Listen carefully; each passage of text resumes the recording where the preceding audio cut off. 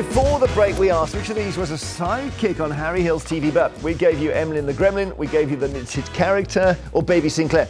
And he's, of course, the knitted character.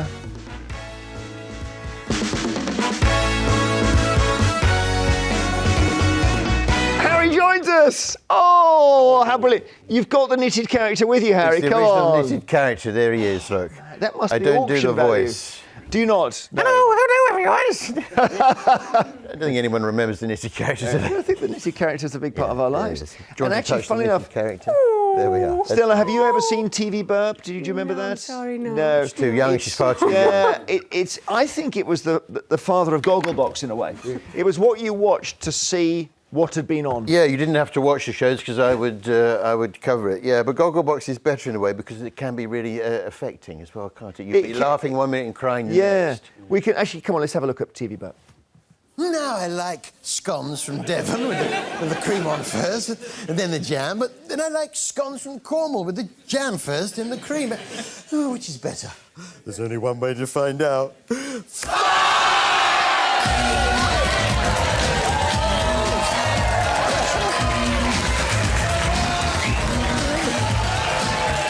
after the break. Come on, Devon scone. Who won?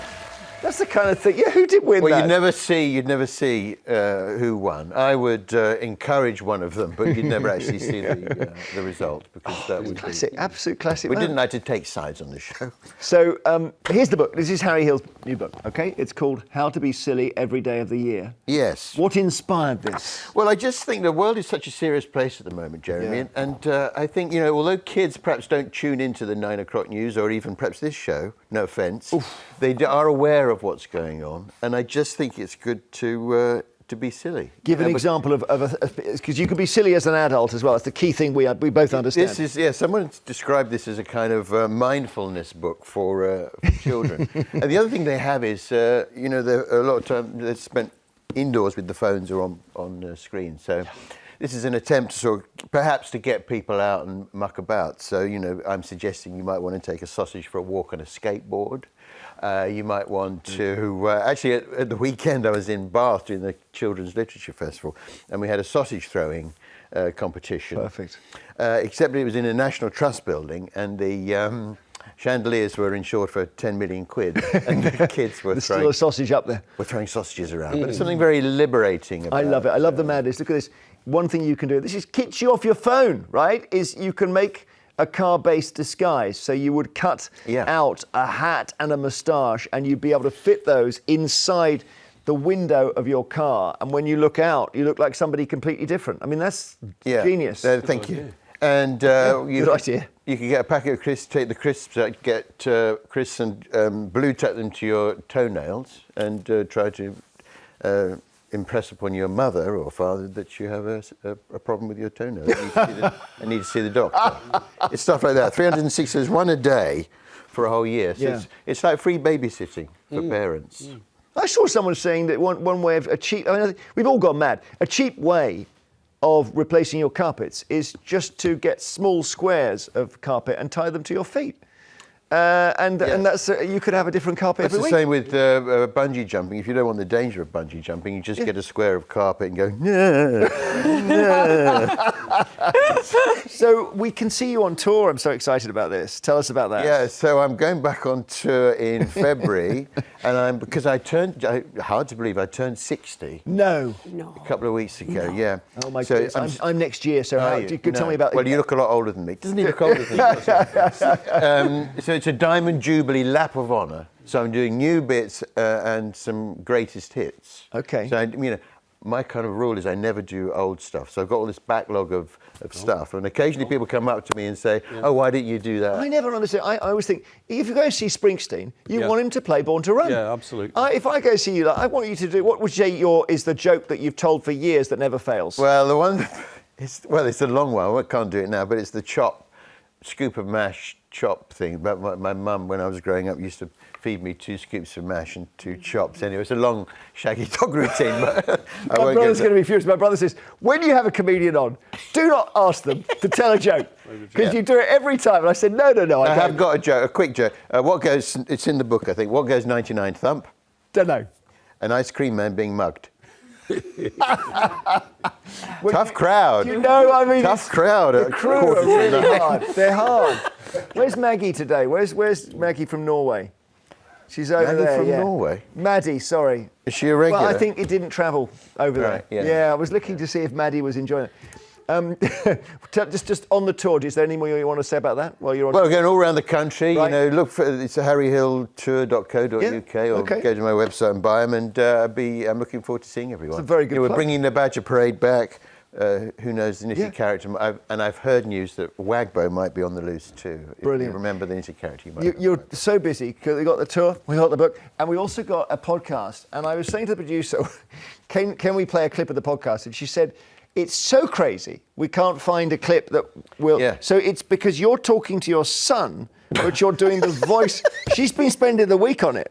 So you talk to your son, but you're the voice of your son. Well, yeah, it's a ventriloquist puppet, Gary, my son. I call him my son from my first marriage. So I talk to him and say, "Oh, Gary, what have you been up to this week?" "Oh, well, Daddy, what I've been doing is..." And yeah, I mean, I'm not a trainer.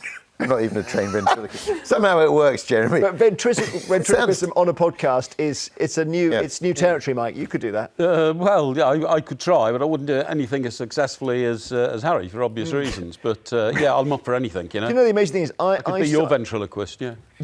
When people stopped wearing ties, which is about 15 years ago, I realised you've got to have a decent collar, right? Yeah. So, because old office collars were really small. So I start to get into slightly bigger collars. And as soon as I do that, everyone says, she's trying to do Harry Hill. Yeah. And it's become absolutely, Stella, this collar is impressive. It is impressive. The thing about this collar is it's not like your collar, it's about the back of the collar. Yeah. It's not about because it stands up because the back is high. I mean, this is just a technical detail for anyone. Can I who's unfold it? Can I show people just how? Come on, let me do this because I've always wondered. Let's Look measure how, it. That's like a vampire thing, yeah. Yeah. Where do you get that from, Harry? I really want to. I get these made. It's a guy called mate. Gary who lives in Gary? East Sussex. He lives in Rye. Hello, Gary. I've never met him. You could do a ventriloquist on I that just as well. send him money and he sends me the shirts Brilliant. back. Harry, can I ask you, the pens in your top pocket all the Yeah, time? yeah. I've been a journalist 40 years. I always carry pens. Yeah. What was the reason for your pens? It was kind of like, I always saw them as like medals. You know, you have them in the top pocket with the... so it was like a sort of badge of honour or a medal, I suppose, in my mind. I don't People know, used went to back go mad if school. I put when I started at the BBC, I put pens in that, and people used to say, "Don't do that," as if it's some Nerd. rule I'm breaking. Yeah, it's a geography It's like teacher. you were nerd. Yeah, nerdy. But see, in our day, the nerds were kind of nerds, but now it's cool to be a nerd. Oh gosh, the nerds are running the Elon world. Musk. The Look meek at have Musk, inherited yeah. the Look at earth. Zuckerberg, exactly. So there is the brilliant book. It's really, and I'm keeping this copy for my eldest daughter who's at university, and I just think she needs to be a bit more silly. She's studying really hard. Yeah. And I think some silliness will be good for her. It's So- the antidote to Yeah, work. Martha, this is coming for you. So, Harry, stay with us. We'll talk about some more stories in the papers and online. And this is when, I don't know if this is going to get serious now. I don't know. Let's have a look. So, in the Independent, here we go. Now, this is right up your street, Harry. Because Harry trained as a doctor. This is the thing. People used to come in and get treated by Harry. So the NHS, the Independent says, is entering winter in bad shape as new figures show rising weights. There is the headline. You can't still practice, can you? No, I'm retired. But you could. In COVID, you were able Yeah, to. they tried to lure me back. They tried to get me to the Nightingale XL Hospital. And I think Brilliant. if you woke up and saw my face, that's when you know that you're in trouble. Well, so as you say, tough crowd here. I'm sorry, I must apologise for the camera operators today. They're all just looking at their iPads. No, I don't know. I think maybe they're watching something on the other side. It didn't Jeremy. land Are they in watching Norway. breakfast? I don't know. I'm enjoying it. I've got no idea. So listen, this is worrying, this story, because it just gets worse and worse. What do we need to do about A&E? Well, they need to put taxes up to pay for it. We've got the highest taxes. Okay, now we go. Stand by for Mike's going to come out the traps now. I'm baiting him, obviously, Jeremy. Yeah. Well, I just think if we keep throwing money at the NHS, it will just get worse and worse and worse. The waste will get worse, the inefficiency will get worse, productivity will go down. I want it pulled apart.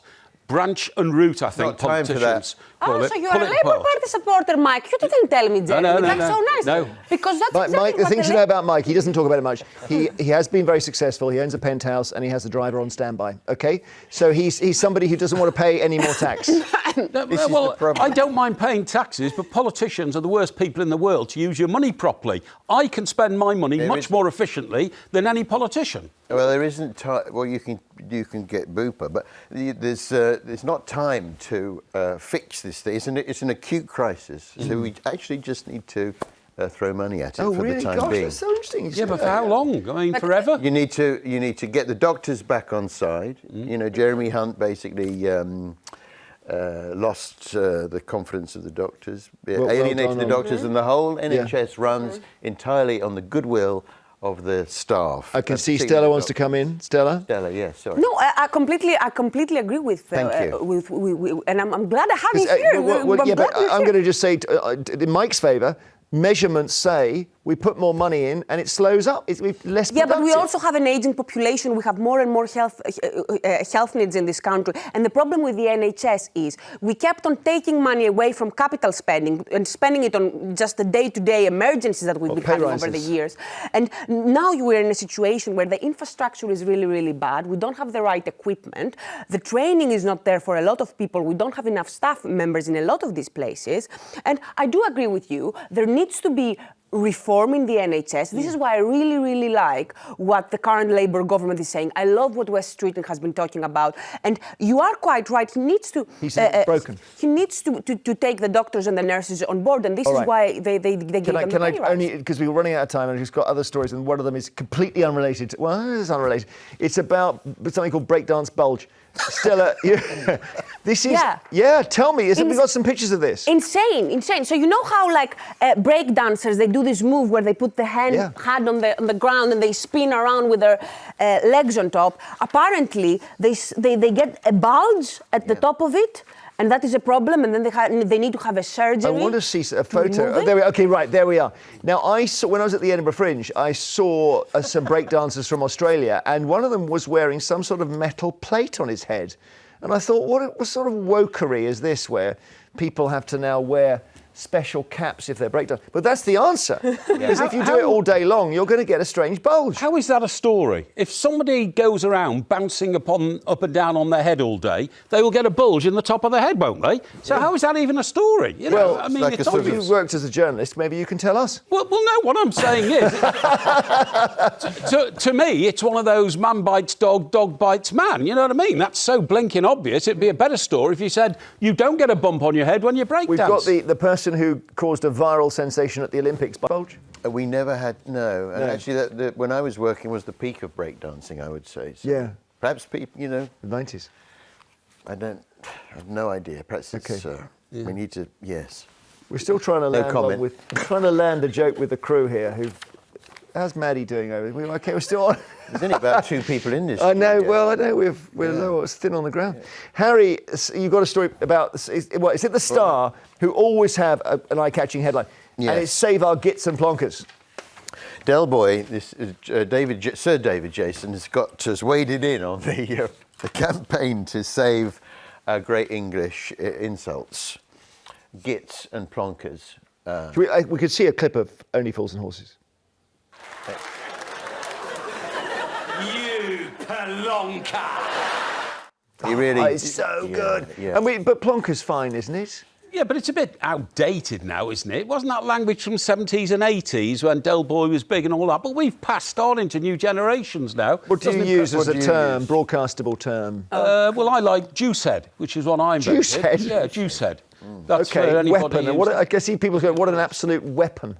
Weapon, yeah. I used to like Durbrain. Do you remember Durbrain? You Durbrain. I don't mind bringing them back. Lemon at school. Twit. Chump. Divvy. This could go wrong. Divvy's good. This could go wrong. From my part of the world.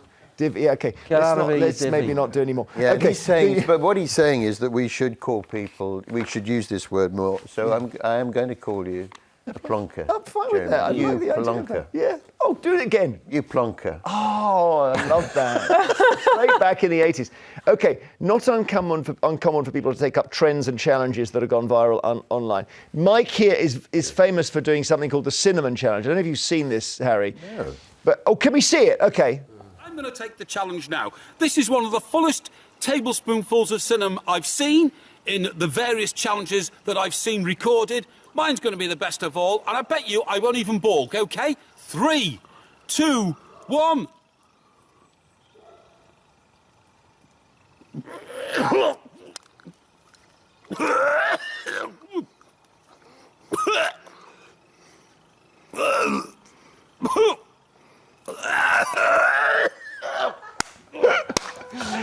Okay, that goes on for 5 minutes. How many times has that been watched now? About 400 million. And Mike showing young people how to be stronger. Very good for your blood sugar, though, cinnamon. Is it? So, Yeah, it wasn't good for your throat. We've got one from Dua Lipa. So she's done a bizarre Diet Coke cocktail, and it's gone viral for its odd ingredients. Let's have a look. 1 Diet Coke.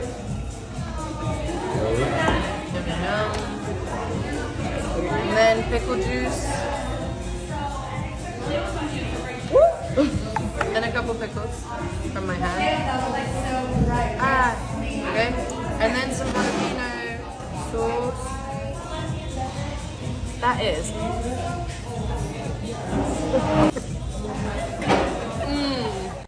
I mean, okay, we've done it. We've made it. So if you wouldn't mind, I'm going to make my own in just a second the Dua Lipa way. We've got the ingredients here. Meanwhile, these have been made for you. Not toxic. I mean, I'm just not sure it's what you want to drink, but do pass them on. But it is quite early for it is early. Dua Lipa Diet Coke.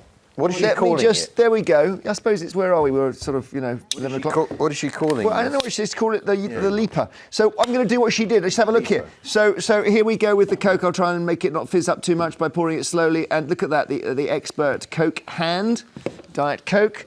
Then, what was it Rishi Sunak once said? He said, I'm an absolute Coke head. Yes. He said. Yes. So then I think it was pickle juice. So look at the pickles here. And I'm going to just pour the... Oh, my God. And a single pickle. And then she actually puts in jalapeno juice. Again, the jalapenos, they have a look. I like the way you're retaining... I retain... Well, as as expert, yeah. It's called jalapeno finger, yeah. So, a bit like breakdance bulge. So I'm going to put 2 jalapenos in. Go on, Stella, what's it like?